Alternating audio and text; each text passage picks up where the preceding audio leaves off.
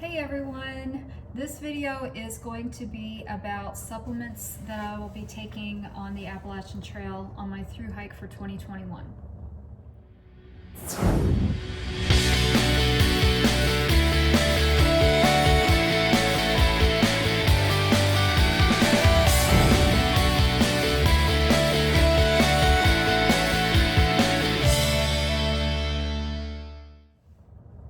Okay, so I'm an advocate of supplements, and my husband has a lot of knowledge on supplements. He is a supplement connoisseur, so we have a lot of supplements in our house for various reasons, and he is better at explaining what they're all about, way better than I am. But I did want to go over a few that I'm taking on the trail with me. So this is everybody's personal preference, so do what you want to and what you can, but these are the ones that I'm going to be taking. And I have a few drop bags with resupply of these different supplements that I'll have throughout the trail. But this is what's working pretty well for me.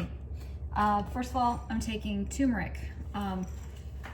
It's good for everything. Mm-hmm. So explain what it's good for. Yeah, so turmeric is really good for inflammation. This is just one brand of turmeric. It's a Gaia supplements, so it's like a really good extract. It's also organic as well. So the active ingredient in turmeric is curcumin, and so you could actually technically take turmeric by the spoonfuls, but it's actually very nasty, so you really wouldn't want to do that. And so by getting a few teaspoons of turmeric, you can just get that through one capsule of this supercritical extract of a supplement. And so turmeric basically blunts the inflammatory response, or kind of prevents it. Now, some inflammation is good. Inflammation is good for healing and recovery, but at the same time, too much inflammation can actually drive disease or drive issues that you have. So kind of an alternative maybe to say ibuprofen. Ibuprofen, right. Or other NSAIDs. Mm-hmm. I will be taking some ibuprofen with me. That's more for menstrual cramp issues than anything else. I also, this is not for men per se, but for women, I will be taking Ultimate Flora. I'll be just taking a few of these to have out there. If you want to explain what that's about. Yeah, so, and technically, you could have this for guys. It just would be a probiotic, right? So this is basically just a probiotic specifically geared towards women, for any kind of health where you need to promote a microbiota that needs sustaining. So a lot of your immunity is in your gut. So this would help both for gut and vaginal health as well. So basically, this is a good brand to do that.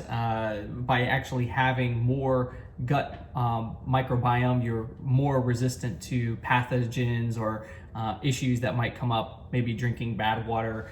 There's even a way to kind of overcrowd bad bacteria by influencing the amount of good bacteria that you have in your gut.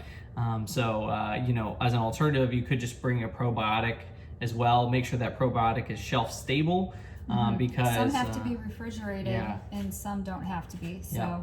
be sure you get the one that doesn't have to be refrigerated. Although maybe if you're out in the cold, you don't have to.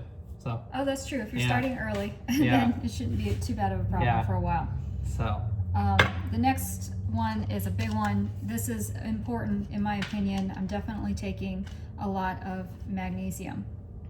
So explain Yep. what that's all about. So magnesium is really useful for many different processes in the body, but essentially it's really probably the best level. It's really good for energy production and your mitochondria health as well, which would be really important for you doing anything endurance or long distance hiking.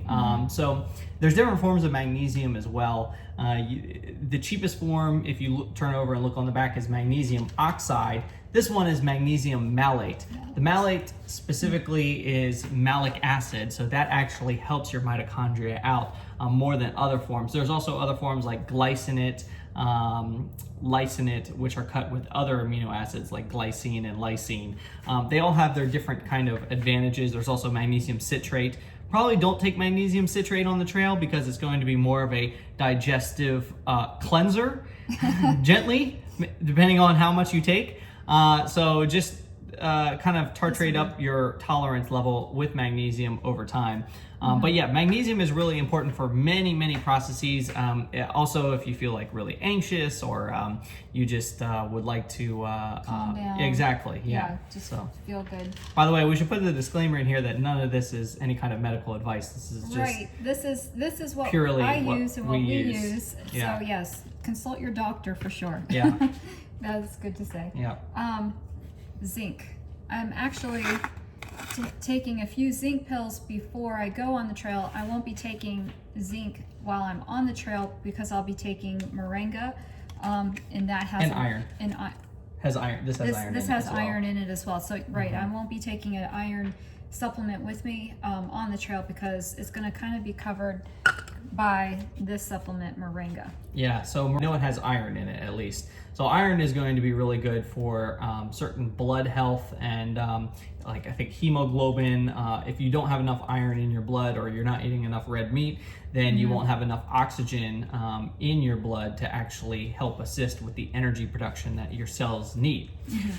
So, and then back to zinc. So zinc is really good for immunity health as well. So it's good to load up on this. You always want to take zinc with a meal because it will make you nauseous. Yes, it'll make you really sick. Yeah, it does not have zinc. All right, so moringa is specifically for iron. That's right. So, so iron especially is important for women. If you really even want to boost up your iron even more, you can actually take it with vitamin C, which would actually help the absorption of iron almost like 5 or 10-fold into your blood as well. So guys, watch out, but women, that might be advantageous. So getting ahead of ourselves, so back to zinc. So zinc is more immunity based. This one has zinc and copper in it because they kind of work in balance. You want both. If you eat more plants, you have more copper in your diet. If you eat more meat, you have more zinc in your diet. This one kind of is a nice balance between the two. So zinc good for immunity, moringa good for iron, and vitamin C along with iron absorption would be great for not only immunity, which is talked about a lot as far as viruses go, although there's a few other things that would be better for virus-based items. Vitamin C is also really good for your neurotransmitters, and a lot of people don't know that vitamin C actually helps what's called catecholamines in your blood and your not in your blood, in your neurotransmitter synapse. Hormones are in your blood, neurotransmitters are between your nerves, and vitamin C actually helps manufacture dopamine and norepinephrine and epinephrine, which is noradrenaline and adrenaline. So kind of the fight or flight response, but also that energized, motivated feel as well. So taking vitamin C can be really important for that as well. Yep.